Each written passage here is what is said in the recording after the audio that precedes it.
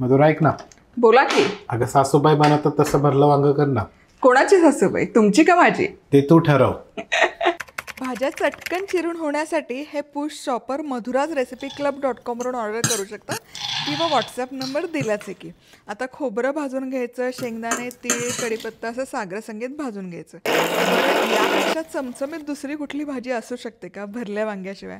आता हे सगळं मिश्रण एकत्र करायचं. काळा मसाला किंवा कांदा मसाला, लाल तिखट घालून थोडंसं पाणी घालायचं म्हणजे मसाला लपलपीत होतो. आता वांगी स्वच्छ धुवून कोरडी करून त्यामध्ये हा मसाला भरायचा आणि तेल गरम करून त्यामध्ये कांदा परतवून घ्यायचा. बरं, सविस्तर रेसिपी हवी असेल ना तर भरलं वांग बाय मधुराज रेसिपी यूट्यूबवर सर्च करा, बघायला मिळेल.